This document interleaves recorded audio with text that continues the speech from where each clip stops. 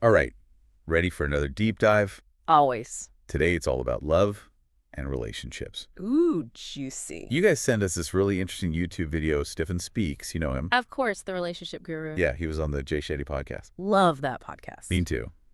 So we thought we'd dive deep into what Stefan had to say. Sounds good. I'm ready. Okay, so right off the bat, Stefan gets real about, what love actually means. Yeah, he's not talking about like butterflies and rainbows. No, he's talking about real, deep connection, kindness, compassion. And patience, that willingness to, put your partner first, be selfless. Right, all that good stuff. And one thing that he that really stood out to me was this distinction he made between connection and chemistry. Oh, yeah, huge. Because we often think they're the same thing, right? Right. But he's like, no, no, no. Connection is like that soulmate level recognition. Deep down, you just get each other. It's rare. So rare. And then chemistry is that initial spark. The fireworks. The excitement. Which can happen with a lot of people. Yeah, exactly. So how do we know if it's real or just a fling? Right.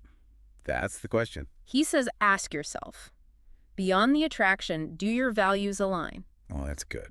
Can you picture yourselves building a life together? Yeah, long term. Long term. That's so important. And can you be your true, authentic self with this person? Oof, that's a big one. I remember, especially when I was younger and dating, I would try to present this, perfect version of myself. Yeah, we've all been there. Oh, totally. Like, I'm so cool and I like all the things you like. Exactly. I remember one time I pretended to love jazz. Why do we do that? I know. Because the guy I was seeing was, really into jazz. And it was exhausting. I'm like, I don't even like jazz. It's so much easier to just be yourself. Oh, my gosh, so much easier. And Stefan really emphasizes that. Being authentic is key. Yeah, if you're trying to be someone you're not, it's like you're wearing a mask. You can't keep that up forever. No, eventually the real you is going to come out. And then what? Exactly. So Stefan, he talks about compatibility too. Yeah, beyond just matching on paper. Right. It's about being able to really coexist. In a harmony. Yes. Adapting to each other's needs and quirks and all that. You know what? That reminds me of something. Early on in my relationship, I had this idea that, my wife and I would spend almost all our free time together. Okay. I see where this is going. I wasn't working that much then. Yeah. And I just got used to, seeing her all the time. Yeah, yeah. But then I started this new job. Uh-oh. And things changed. It was a big adjustment, finding a balance that worked for both of us. That's a great example of how even when you have a strong connection, compatibility takes effort. Oh, yeah, for sure. A willingness to adapt to the realities of life. It's like, learning to dance together. You got to be in sync, but also flexible. I love that analogy. You've got to adjust to each other's steps. Exactly. And speaking of reality checks, Stephen doesn't shy away from the signs that a relationship just isn't working. Yeah, sometimes it's just not meant to be. Right. He mentions things like refusing to communicate, constant conflicts, misaligned life goals, and that feeling that something's off. Like your intuition screaming at you. Yes, your intuition is so powerful. It's like that inner voice whispering, pay attention, something's not right. But we often ignore it. Oh, we do. We try to rationalize it away. Yeah, oh, it's not a big deal, or I'm sure it'll get better. But sometimes you got to listen to that voice. For sure. And Stefan also talks about, the dangers of presenting a false self to attract a partner. We touched on that earlier, but it's so important. It's like setting yourself up for failure. Exactly. You're building your relationship on a foundation of lies. And it's going to crumble. Exactly. So he argues that, society doesn't really encourage self-discovery. Right. Which is crucial for building healthy relationships. Totally. It's like, if you don't even know who you are, how can you possibly know who's right for you? He suggests spending time alone, exploring your spirituality, getting to know yourself deeply before even thinking about a relationship. Okay, I love that.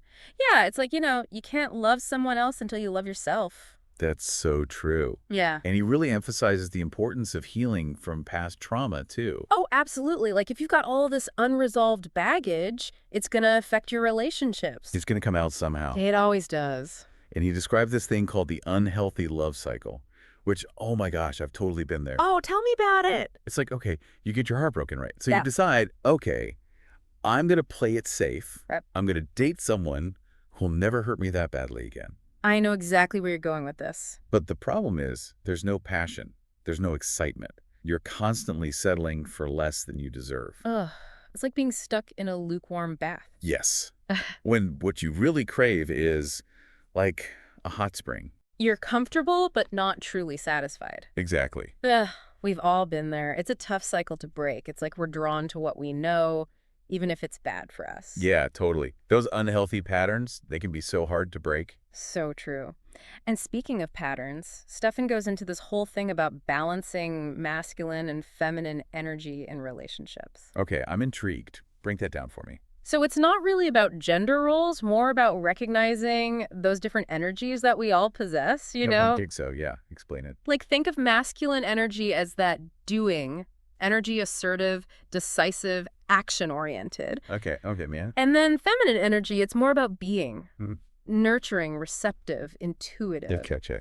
And we all have both within us, but sometimes, like, one dominates more than the other. You know what I mean? Yeah, totally. So it's not about, like, men have to be masculine and women have to be feminine. Right, it's about finding the balance. Exactly. Within ourselves and in our relationships. And Stefan says when we deny or suppress one of those energies, it can create problems. Ooh, interesting. Like, imagine you're arguing about finances. Oh, the classic. Right. Leaning into masculine energy might mean taking charge, creating a budget. Okay, if that makes sense. But tapping into feminine energy could be more about listening to your partner's anxieties, finding a compromise. Oh, that's such a good point. It's not about one being right and one being wrong. It's about recognizing what the situation calls for and responding in a way that creates, like, harmony. I love that. Creating harmony. So he talks about breakups too, right? Oh, yeah. He has some really interesting thoughts on navigating heartbreak. Ooh, tell me everything. Breakups are the worst. He says the first step is really understanding why the relationship ended. That makes sense. Like, what went wrong? Exactly. What role did each person play? And then really focus on healing. Oh, yeah. From the breakup itself, but also any past stuff that might be coming up. Yeah, he uses this great analogy. He says walking around unhealed is like trying to see clearly with broken glasses, you know? I love that. Like, your vision's all distorted. Right. And healing is like getting a new prescription. Yeah. Everything comes into focus. So powerful. And he emphasizes having a support system, find an accountability partner, a friend, a therapist, a coach, someone who can hold you accountable to your healing journey and remind you of your worth. So important. Because we tend to isolate when we're hurting, We do. but that's when we need connection the most. It's like tending to a wound. You wouldn't just ignore it and hope it goes away. Exactly. You need to clean it, bandage it, give it time to heal. And emotional healing, just like physical healing, takes time. It really does. He even compares heartbreak to detoxing from cocaine. Whoa, intense. Right? The cravings can be so overwhelming, but it's a temporary state. It will pass. Okay, that's good to remember. Definitely. And he cautions against, like, trying to win someone back by changing yourself. Oh, yeah. So many people do that. He says any personal growth should come from a genuine desire to become the best version of you, not to manipulate someone else. You gotta evolve for you, not for them. Exactly. It's like, imagine you're this beautiful, unique flower. I love your analogies. And you're trying to, like, cram yourself into a pot that's the wrong shape. Oh, it's not gonna work. It's not. You need the right environment to bloom. You gotta find your right pot. Exactly. Yeah. And, he also challenges this idea that we always have to try to fix our relationship problems. Sometimes it's better to walk away. Yes. Even if it's hard, it's sometimes the healthiest choice, I think that's a really important point. Yeah. Because we're often told to fight for our relationships, to never give up. Right. But sometimes letting go is the bravest and most loving thing for both people. Totally agree. And he reminds us it's okay to be vulnerable. Ooh, vulnerability is tough. It is, but it's also essential for real intimacy, Yeah, it's scary, but it's necessary. It's about letting your guard down, showing your true self, trusting that the other person will accept you, flaws and all. It's a risk. It is. It's like building a bridge. Yeah. Take that first step knowing there's a chance you could fall. But without that risk, there's no connection. Exactly. And when we're vulnerable, we open ourselves up to, like, real love, deep, meaningful love. I like that. What else? I feel like there's so much good stuff here. Oh, there is. One thing that really stood out to me was his emphasis on honesty. Like, even those little white lies can damage a relationship. Oh, yeah, they can build up over time. It's like a tiny crack in a vase. Yeah. It seems small at first, but it can weaken the whole thing. So how do we cultivate that kind of radical honesty? He says start with yourself. Hmm. Be honest about your own needs, feelings, desires, and then create a safe space for your partner to do the same. That's a good point. Make it safe for them to be honest, too. Right. Foster an environment where both people feel comfortable being open and authentic without judgment or rejection. You know what I mean? Yeah. Makes me think about communication in general. Like, it's not just about talking, It's about listening, really listening. understanding where the other person is coming from, being willing to compromise. It's a two-way street. Exactly. And he even suggests writing a letter to your partner if you're having trouble communicating face to face. Oh, interesting. I've never thought of that. It gives you time to gather your thoughts, express yourself clearly, and your partner has time to process it without feeling pressured to respond right away. I love that. Sometimes you just need a minute to think. Right. To articulate what you're really feeling. So smart. Yeah. Okay, what else? What else? He also talks about boundaries. Oh, Setting boundaries. boundaries are huge. They are. It's about being clear on what you're willing to tolerate and what you're not. Honoring your own needs and values. Being able to say no when you need to. It's like having a fence around your garden. Oh, I like that. It keeps things tidy, right? Prevents unwanted intrusions. Exactly. Boundaries are not about controlling your partner. No, they're about creating a healthy structure. Yes. So that both people feel safe and respected. And last but not least, he talks about forgiveness. Ooh, that's a hard one. It is. He acknowledges that it's tough, especially when you've been hurt. So tough. But he says holding on to anger and resentment, it's like drinking poison and hoping the other person dies. That's dark, but true. Right. Forgiveness isn't about condoning bad behavior. No, it's about letting go of that pain. Exactly. Releasing yourself from the grip of negativity. Yeah. He suggests seeking professional help if you're struggling and reminds us it's a process. It takes time. There's no quick fix for that. Nope. It takes patience and a willingness to confront those emotions. I really appreciate that Stefan doesn't shy away from the hard stuff. He gets it. He really does. He acknowledges that relationships are complex. They are. They're messy. They can be heartbreaking. But he also reminds us that love is worth fighting for. It is.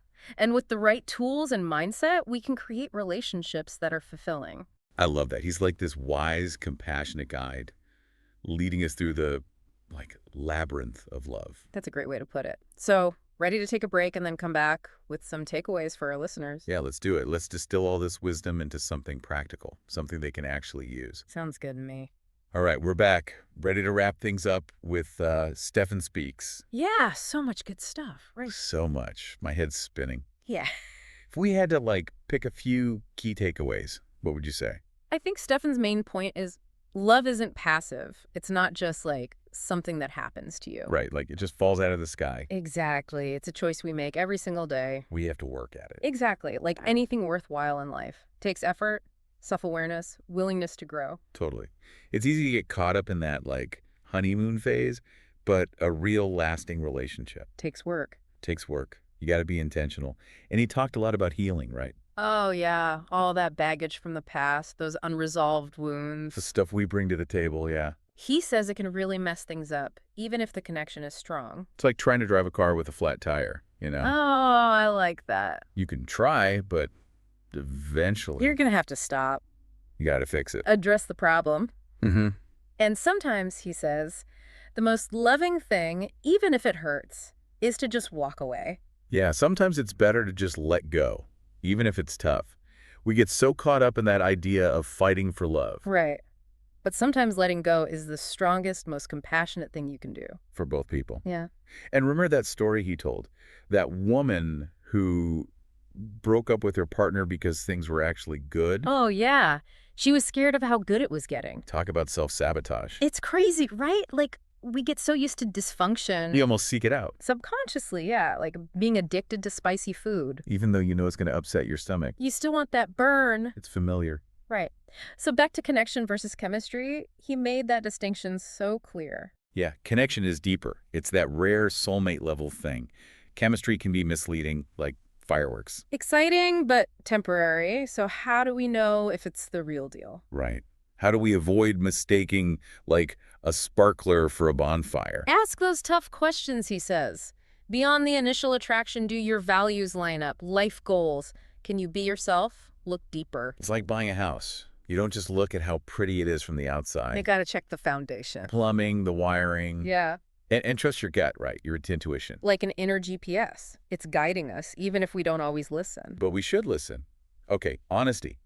Huge topic. What were some of his thoughts on that? Radical honesty. Even if it's uncomfortable, those little white lies we tell, they can really do damage. They chip away at the foundation, It's right? like a slow leak in a boat. And eventually, you sink. So how do we get better at being honest? Start with yourself, he says. Be honest about your own needs, your feelings. Create that safe space for your partner to do the same. So they feel comfortable being real with you. Exactly. No judgment, no rejection. And if you're struggling to communicate face to face, he had that great suggestion. A letter writing. Yes. Write a letter. It can help you clarify your thoughts, and your partner has the space to process without feeling pressured. It's like sending a message in a bottle. More thoughtful. And for those of us dealing with heartbreak, trying to move on, he had some good advice too. Focus on healing, Those old wounds. It's like clearing the weeds out of your garden. so new flowers can grow. Beautiful analogy. And self-care too, right? Courage. You can't pour from an empty cup. Got to fill your own well first. And it's not selfish, it's essential. So you Yeah. can bring your best self to the relationship. Okay, so much good stuff. If our listeners could only take away 3 things from this deep dive, what would they be? First, get to know yourself. Spend time reflecting on what's important to you, your values, needs, patterns. The more you understand yourself, the better choices you'll make. Number 2, Be intentional about your relationships. Don't just go for the spark. Look for that deeper connection. And don't settle. you deserve the bonfire. And number 3, Communication and vulnerability. Create a safe space for open and honest conversations. Share your fears, your dreams, the whole shebang. That's how you build real intimacy.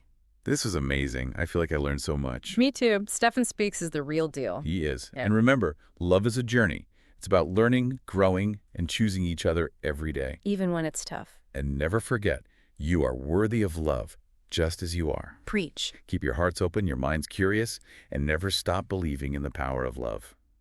That's it for our deep dive today. Thanks for joining us.